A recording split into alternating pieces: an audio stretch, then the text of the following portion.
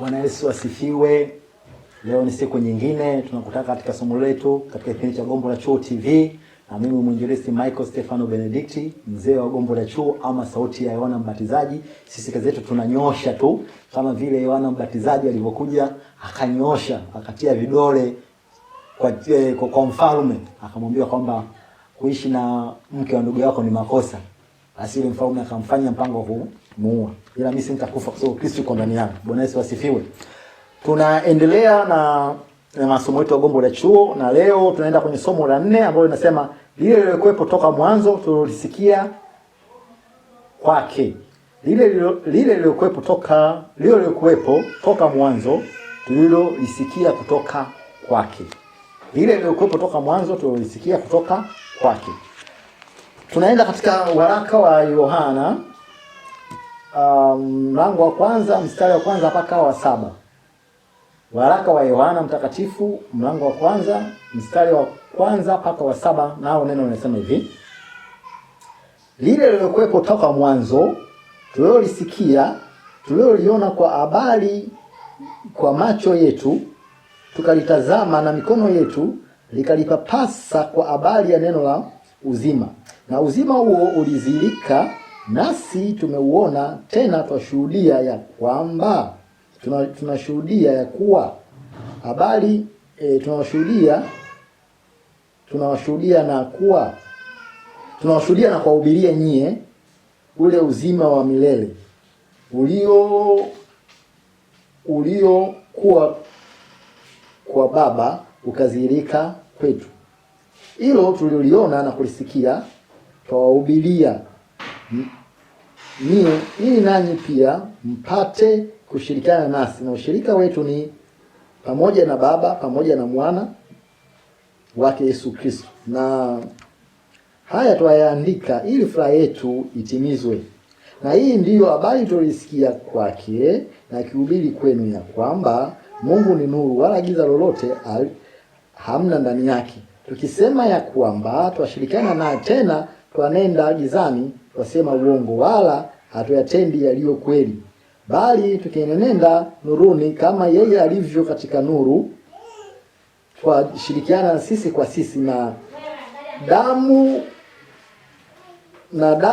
yake Yesu mwana wake yatusafisha na dhambi zote.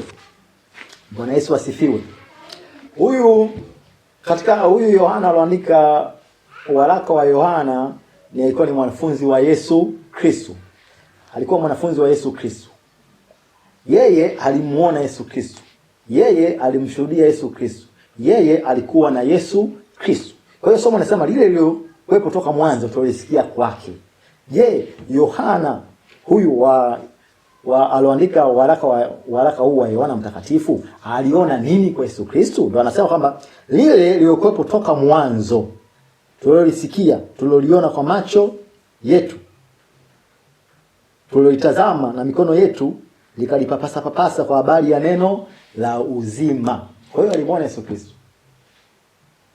wakaliangalia neno, wakalipapasa neno, wakasema kwamba Mungu ni nuru, Mungu ni roho, na waabudu katika roho na kweli. Sasa tunaanza kujiuliza tu kwamba mafundisho mengi ambayo sasa hivi tunafundishwa ambayo tunayapata, je, yanatoka wapi? Nasema na uzima huo ulizilika, nasi tumeuona, tena twashuhudia na kuwahubiria nyie ule uzima wa milele uliokuwepo kwa Baba ukazilika kwa kwetu, ukazilika kwa mwanae Yesu Kristo, ambao hayawafundisha kwamba yeye ni nuru, na wanamwabudu wote waabudu katika roho na kweli, na damu yake Yesu Kristo inatusafisha na vitu vyote. Kwa hiyo ndio mafundisho ambayo Yesu Kristo aliyofundisha wanafunzi wake, na akasema tuwafundishe na watu wengine. Na anasema tukisema kwamba hatukutenda dhambi, tuwajifanya kuwa waongo, wala kweli haipo ndani yetu. Kwa hiyo tufundishe kweli jinsi ilivyo. Hatuwezi kusema kwamba tukaenda kinyume na mafundisho ya Yesu Kristo na mitume wake, alafu tukasema tunampenda Mungu. Hiyo sio kweli. Kwa hiyo Yohana ametufundisha kwamba yeye amemuona na akashika na akaliona hilo neno kwamba aliyofundishwa na Bwana wetu Yesu Kristo. Pia tukaangalia katika kitabu cha Ufunuo 1 mstari wa 3. Ufunuo wa Yohana mlango wa 1 mstari wa 3 nasema hivi: Eli asomaye na wao wasikiao maneno ya unabii huu na kuyashika yaliyoandikwa humu, kwa maana wakati ukaribu. Huu wakati wa sasa ni wakati wa kusikia neno la Mungu sahihi. Sio wakati wa kuhangaika, sio wa kufuata mitume, manabii, sio wa kufuata makuhani, sio wa kufuata mafundisho ya kibinadamu. Ni wakati wa kuisoma neno la Mungu. Kwa sababu kitabu cha Ufunuo nasema kwamba wakati ni ukaribu. Sasa watu wengine wanasema kwamba mwisho wa dunia unakuwa lini? Wengine wanafikiri kwamba kwa siku moja itakuwa mwisho wa dunia, watakufa watu wote. Hapana.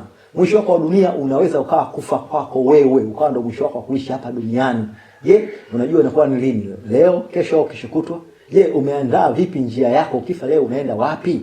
Je, uko tayari ukaende kwenye moto wa milele kwa kufuata mafundisho ambayo sio sahihi ya kibinadamu, ama utafuata mafundisho ya Yesu Kristo? Unaweza kufuata mafundisho ya manabii na mitume wako na kila kitu, ukapata utajiri na mafanikio makubwa. Je, jiulize, siku ya mwisho unaenda kwa Mungu, ambayo Mungu huyo amefundisha vitu vingine, na wewe umemkana Mungu, itakuwaje mwisho wako? Hiyo swala la kujiuliza pia. Na kama mtumishi wako huyo ambaye unamwona ana watu wengi, ana mvuto mkubwa, anakusanya watu ambaye hajui anawapeleka wapi, jiulize kitu kimoja tu, kwamba ana mbingu yake yeye binafsi ya mabuu ambayo iko juu, au yuko wao atakupeleka? Jiulize. Kwa hiyo kama yeye hana, basi mfuate Yesu Kristo ambaye ana mbingu yake. Na anasema kwamba huu ni wakati wa karibu, ni wakati wa mwisho. Mambo mengi yanafanyaje? Yanajitokeza. Mambo mengi yanajitokeza kwa sababu ni wakati wa nini? Wakati wa mwisho. Kwa hiyo kwa sababu ni wakati wa mwisho, itabidi kwamba tufuate mafundisho yake Yesu Kristo. Kwa hiyo tunaenda katika Mathayo mtakatifu mlango wa 6. Mathayo mtakatifu mlango wa 6 mstari wa 19 hadi wa 21. 19 hadi 21 nasema hivi: Msijiwekee hazina duniani, nondo na kutu uviharibu, na wizi uvunja na kuiba, bali jiwekeni hazina mbinguni, kusipoharibika kitu, wala nondo wala kutu, wala mwizi hawavunji wala mwizi. Kwa hiyo tusijiwekee vitu duniani, tujijengee vitu wapi? Mbinguni. Lakini sasa mafundisho mengi yanatolewa sasa hivi, utapata vitu hapa duniani, utapata nyumba, utapata kila kitu hapa, ndio utavipata. Je, va mbinguni unavipata? Kwa maana Yesu Kristo anasema kwamba utafuteni kwanza ufalme wa mbingu na hayo mengine mtazidishiwa. Lakini sasa tunafundisha sasa hivi kinyume, kwamba tutapata duniani au ya mbinguni hayana shida. Hapana. Kumbuka neno la Mungu ni kama kichwa cha treni. Kichwa cha treni ndicho kinavuta mabehewa. Kwa hiyo neno la Mungu kwanza, mengine yanafuata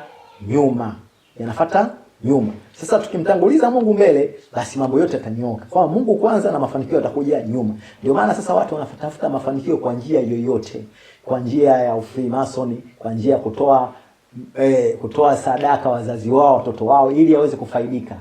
Unaona? Lakini sasa hivyo vitu vya muda tu, baada ya kufa unaenda wapi? Kwa hiyo Injili ya Mathayo mtakatifu anasema kwamba tusijiwekee hazina duniani, tujiwekee wapi? Mbinguni. Kwa sababu mbinguni ndiko tunakofanyaje? Tunakoenda. Hata tukiendelea Mathayo ile 4 mstari wa 3. Mathayo 4 mstari wa 3 na 4. Mathayo mlango wa 4 mstari wa 3 na 4. Mstari wa 3 na 4 nasema hivi: Mjaribu akamjia akamwambia, ukiwa ndiye mwana wa Mungu, amuru kwamba mawe haya yawe mkate. Naye akajibu akamwambia, imeandikwa, mtu hataishi kwa mkate tu, ila kwa kila neno litokalo katika kinywa cha Mungu. Sasa hapo jifikirie kitu kimoja. Huyu shetani akamchukua Yesu Kristo akampandisha katika mlima mkubwa sana. Akamwambia, angalia miliki yote ya dunia hii nitakupa wewe ukinishuhudia tu, nitakupa vitu vyote, yani nyumba, magari na kila kitu. Lakini Yesu Kristo alikataa. Akamwambia, amuru mawe yawe mikate. Akasema mtu aishi kwa mkate, aishi kwa kila neno kutoka katika kinywa cha Mungu. Lakini sasa Injili sasa imebadilika. Sasa hivi si kwamba unaishi kwa neno la Mungu, unaishi kwa mkate, yani kwa fedha na kila kitu. Kwa hiyo mafundisho yanafundisha ni ya kinyume. Tuangalie Yesu Kristo, kwa nini akakubali na mpango wa shetani? Hamshuhudia pewe vitu vyote. Lakini leo tuko tayari kuwashuhudia hawa watu ambao wanakupeni utajiri na vitu mbalimbali. Unaona? Lakini mwisho wake unakuwa kitu gani? Yesu Kristo alikataa. Vitu vyote vya dunia alikataa. Kama sasa hivi wanasiasa, wana michezo, wana muziki, wanafanya mambo mengi makubwa ili waiteke dunia, ili waonekane kwenye mitandao ya kijamii, ili wawe na majina makubwa ulimwenguni. Lakini baada ya kupata majina, mwisho wake inakuwa nini? Majina yao yanawasaidia kitu gani? Kumbuka kulikuwa na watu maarufu sana. Walikuwa kina Itra, walisumbua dunia. Walikuwa kina Indira Gandhi, walikuwa kina Mao Zedong. Kumbuka walikuwa kina Nelson Mandela, kina Mwalimu Nyerere, walikuwepo. Lakini mwisho wake wako wapi? Kina Saddam Hussein wako wapi? Wamejengea majina. Majina yamepotea na wenyewe wamepotea. Lakini ndio nasema kwamba hivi tumtumainie Mungu pekee ambaye tuna uzima wa sasa na ule wa milele. Kwa hiyo kupata vitu vya kidunia ni sawa, lakini kumtanguliza Mungu kwanza. Kwa sababu katika mafanikio yetu yote Mungu ndio wa kwanza. Mungu ndio asili ya mafanikio yetu, ndio asili ya utajiri wetu, ndio asili wa kila kitu ambacho tunachokifanya sisi. Tukienda katika Mathayo 4, Mathayo mlango wa 4 mstari wa 8 na wa 10. Mathayo mlango wa 4 mstari wa 8 na ule wa 10. Mstari wa 8 na wa 10 nasema hivi: kisha Ibilisi akamchukua mpaka mlima mrefu mno, akamwonyesha miliki zote za ulimwengu na fahari zake. Akamwambia, haya yote nitakupa ukianguka kunishuhudia. Lakini Yesu Kristo akakataa miliki ya vitu vyote, kuanguka na kushuhudia. Unaona, akasema haiwezekani, mimi namtumikia Mungu. Je, wewe umeacha vingapi? Waganga wa kienyeji wamekuagiza vitu vingapi? Umefuata mafundisho ambayo potofu kiasi gani? Kwa hiyo tuangalie Yesu Kristo alifundisha nini na wanafunzi wake walifundisha nini. Tunaenda kwenye Mathayo mlango wa 5 mstari wa 18 na ule wa 19. Mathayo mlango wa 5 mstari wa 18 na wa 19. Mathayo mlango wa 5 mstari wa 18 na ule wa 19. Nasema hivi: msidhani ya kwamba nilikuja kuitangua Torati au manabii. La, sikuja kutengua bali kuitimiza. Anasema, kwa maana amini nawaambia, mpaka mbingu na nchi zitapoondoka, yodi moja, nukta moja ya Torati haitaondoka wala kubatilika. Yesu Kristo anasema hivi, hakuna kitu chochote alichokifundisha, hata nukta moja, hata yodi moja ambayo itabadilika. Kwa hiyo neno lake la Mungu litazidi kusimama vile vile kama lilivyo, na sio mafundisho ya watu wengine. Tukienda katika waraka wa kwanza wa Yohana, waraka wa kwanza wa Yohana, waraka wa kwanza wa Yohana,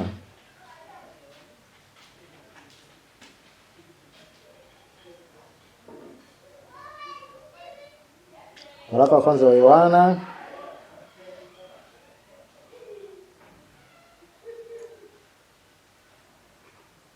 waraka wa kwanza wa Yohana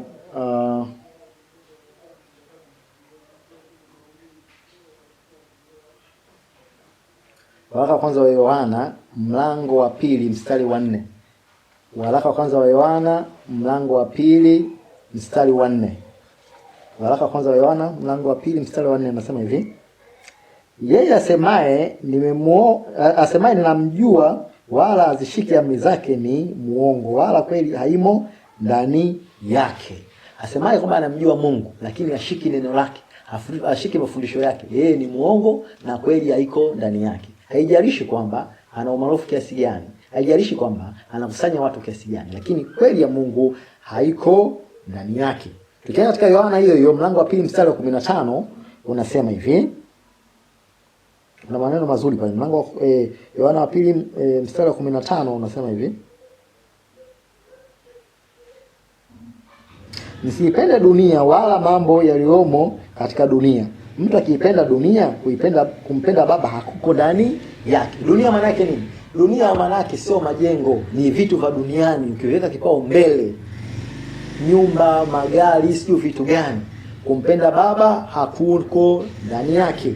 Tukienda tena katika Yohana wa kwanza mlango wa 2 mstari wa 17. Yohana wa kwanza mlango wa 2 mstari wa 17 unasema hivi: na dunia inapita pamoja na tamaa zake, bali yeye afanyaye mapenzi ya Mungu anadumu mpaka milele.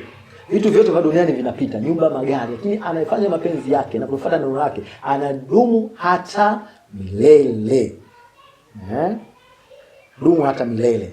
Hiyo pia tukiangalia waraka wa Yohana huo mlango wa 2 mstari ule wa 18 unasema, watoto ni wakati wa mwisho, na kama vile ilivyosikika kwamba mpinga Kristo yuhaja, hata sasa wapinga Kristo wengi wameshakuwepo. Kwa sababu hiyo tunajua ni wakati wa mwisho. Wapinga Kristo wako wengi sasa hivi, na huo wakati wa mwisho wako wengi. Na mpinga Kristo hashuki kama shetani, hapana. Ukiona anatajwa Musa anamwakilisha Mungu. Ukiona anatajwa Farao, anamwakilisha shetani. Unaona?